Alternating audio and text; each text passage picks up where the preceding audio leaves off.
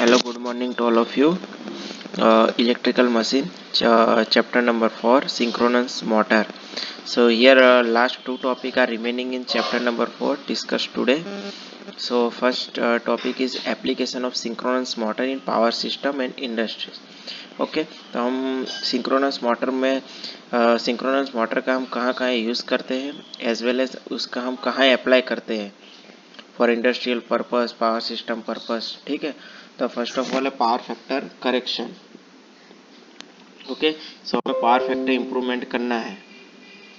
Okay, हमें power factor improvement करना है तो सबसे पहले क्या करेंगे, अगर मान लो कि हमारे रिएक्टिव पावर है लाइन में या पावर फैक्टर है वो बढ़ गया है घट गया है, ठीक है, यूनिटी के ज़रिए लेगिंग हो गया है. अगर लेगिंग हो गया तो हमारी लॉसेस बढ़ेगा, रिएक्टिव पावर बढ़ेगा. ठीक है, तो हमारे क्या करना चाहिए, पावर फैक्टर को यूनिटी में रखना चाहिए.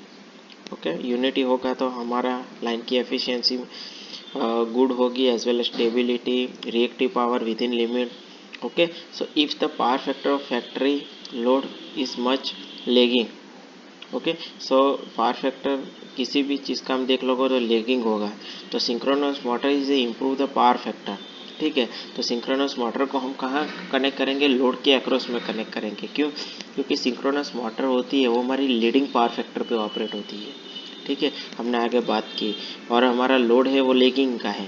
ठीक है, तो क्या करेगा, लीडिंग पावर फैक्टर के ज़रिए लेगिंग पावर फैक्टर को हम यूनिटी के तरफ ले जाएंगे. ठीक है, तो हमारा क्या होगा, पावर फैक्टर हमें इम्प्रूव होता दिखेगा. Okay, so it is operated to required leading power factor. ठीक है, सिंक्रोनस मोटर किस पावर फैक्टर पर ऑपरेट होगी, लीडिंग पावर फैक्टर पे. So the lagging KVAR of load balance by leading KVAR. ठीक है, तो हमारे पास लेगिंग केवीएआर है, kilo volt ampere rating reactive power. तो हमारा क्या बैलेंस होगा, लीडिंग केवीएआर के जरिए लो बैलेंस होगा. ओके, तो overall power factor is improvement means unity power factor के जरिए वो क्या होगा, बैलेंस होगा. Power factor of synchronous motor change by adjusting the excitation. Okay, so excitation हम चेंज करेंगे तो पावर फैक्टर भी चेंज होगा. Okay, so synchronous motor take mechanical load लेगा, लोड हम चेंज करेंगे, एक्साइटेशन चेंज करेंगे तो उसका पावर फैक्टर भी चेंज होगा. ठीक है, तो first of all application is power factor correction. Okay, second number the constant speed line shaft. दूसरा क्या है, कांस्टेंट स्पीड. हमें चाहिए शाफ्ट की कांस्टेंट स्पीड चाहिए कि हमारे 1800 आरपीएम, 2000 आरपीएम, 2500 आरपीएम चाहिए, तो हमें इतनी चाहिए कि हमें वेरिएबल स्पीड नहीं चाहिए, कांस्टेंट स्पीड शाफ्ट चाहिए. ठीक है, तो क्या करेंगे हम कि in industry induction motor use to drive the line shaft when group drive is use. कि इंडस्ट्री में हम देख लो कि इंडक्शन मोटर हम यूज़ करेंगे, ग्रुप ड्राइव होती है कि बहुत बड़े बड़े मशीन, लेथ मशीन या किसी भी बड़े होते हैं, पेपर प्रिंटिंग मशीन में इंडक्शन मोटर यूज़ है. तो क्या होता है कि ग्रुप ड्राइव हम यूज़ करते हैं कि load on induction motor varies the number of machine driven by change. Okay, so induction motor के प्रकार लोड हम क्या करेंगे, वेरी करेंगे. ठीक है, the speed of induction motor change accordingly. The change in speed can be tolerate by some extent. Okay, तो speed हमारी क्या होगी, बढ़ेगी घटेगी. ठीक है, तो हमारे स्पीड घटेगी बढ़ेगी तो क्या होगा, लाइन की हमारी जो भी स्पीड होगी या उसके साथ कनेक्ट किया गया प्राइम और उसकी भी स्पीड बढ़ेगी घटेगी. ठीक है, तो इसको हम कांस्टेंट स्पीड मेंटेन करने के लिए क्या करेंगे, सिंक्रोनस मोटर हम कनेक्ट करेंगे, दोनों का set. Okay, so but in some cases should be within the limit. In such case line shaft may be driven by synchronous motor. ठीक है, यहाँ पे बात हुई सिंक्रोनस मोटर के द्वारा उसकी लाइन शाफ्ट क्या होगी, ड्राइव होगी, तो स्पीड इज रिमेन कांस्टेंट. ठीक है, हमारे सिंक्रोनस मोटर की जो भी स्पीड होती है वो कांस्टेंट होती है, तो वो कांस्टेंट होगी तो इंडक्शन मोटर की स्पीड भी कांस्टेंट होगी. ओके, तो first of all power factor correction, दूसरा कांस्टेंट स्पीड के लिए, और तीसरा क्या है, synchronous condenser for improvement of voltage regulation. ठीक है, synchronous condenser one type of synchronous motor ही हो गया. ठीक है, सो वोल्टेज रेगुलेशन क्या होता है कि वोल्टेज रेगुलेशन मीन्स कि हमारा रिसीविंग एंड साइड वोल्टेज होता है वो कितना percentage sending end side voltage के ज़रिए चेंजेस होता है, क्योंकि लाइन में लॉसेस होते हैं, इफेक्ट होते हैं, ठीक है, चार्जेस होते हैं, तो इसके ज़रिए हमारे रिसीविंग एंड साइड वोल्टेज पे इफेक्ट रहती है compare to sending end side. Okay, so regulation का आपने इक्वेशन पढ़ा होगा, V S minus V R upon V S into 100। Okay, sending end minus receiving end upon sending and.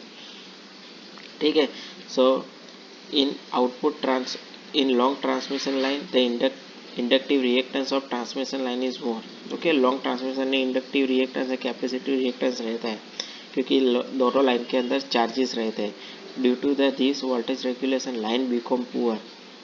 Okay, तो voltage regulation होता है तो उससे line poor and power factor also become poor.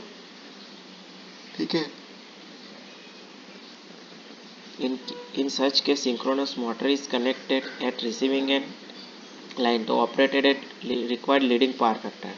ठीक है, तो सिंक्रोनस मोटर हम कहाँ ऐड करेंगे, रिसीविंग एंड साइड, लेकिन सिंक्रोनस मोटर हमारी कहाँ है, लीडिंग पावर फैक्टर पे, और हमारे रिसीविंग एंड साइड क्या होता है, लेगिंग पावर फैक्टर। तो लीडिंग केवीआर के जरिए लेगिंग केवीआर क्या करेंगे, मेंटेन रखेगा, उसके हिसाब से हमें वोल्टेज रेगुलेशन अच्छा मिलेगा। अच्छा means voltage regulation means sending end side से रिसीविंग एंड साइड वोल्टेज का कोई भी तफावत होगा वो माइनर होगा। किसके यूज से, synchronous condenser means synchronous motor हमने रिसीविंग एंड साइड लगा हुआ है उसके हिसाब से। ठीक है, तो इतनी एप्लीकेशन है 3, आपको एग्जाम में 3 या 4 मार्क्स में पूछे जाए तो आपको लिखने का कि power factor correction, constant speed and voltage regulation improvement. Okay, अब बात करते हैं हम comparison between induction motor and synchronous motor. Okay, so first of all comparison induction motor and synchronous motor. Construction होता है वो सिंपल, सिंक्रोनस मोटर का complicated, physical construction strong, synchronous का less strong, maintenance reduce and synchronous का increase, क्योंकि बाहर armature होती है और बीच में फील्ड होती है एक्साइटेशन के लिए। इनिशियल कॉस्ट लेस होती है, सिंक्रोनस मोटर की मोर होती है।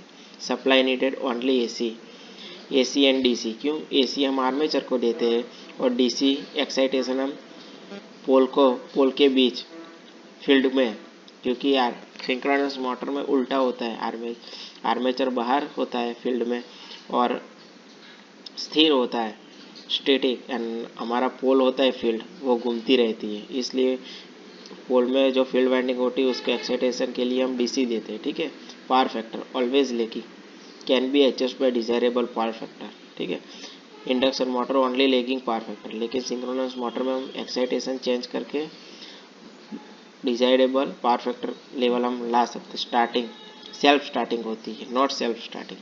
ठीक है, हम बाहर से एक्सटर्नल टॉर्क दे के स्टार्ट करते हैं। Reduction in speed with load occurs constant speed. Synchronous motor हमारी कांस्टेंट स्पीड रहती है, स्पीड में कोई बदलाव आता नहीं है। ठीक है, effect on torque with change in supply voltage more.